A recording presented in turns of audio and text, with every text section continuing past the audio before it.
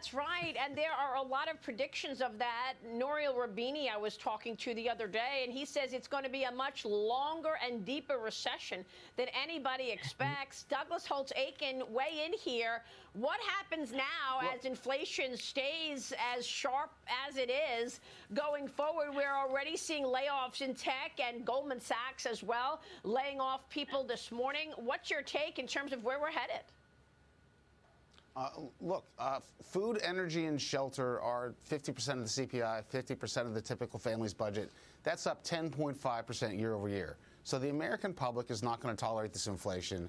And, the Fed knows that. They're going to continue on their course. This ratifies a 75 basis point increase for sure at the next meeting.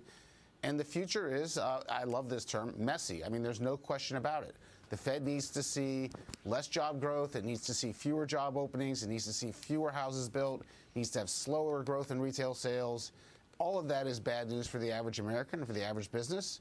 And the only question is whether they will go too far. And given the way they operate, which is to look at actual inflation and see it actually come down, they are operating with a backward-looking rule of thumb, and they are going to over-tighten in the process of fighting this inflation. The only question is when we see the downturn. Is it late this year or early next year? But it will happen.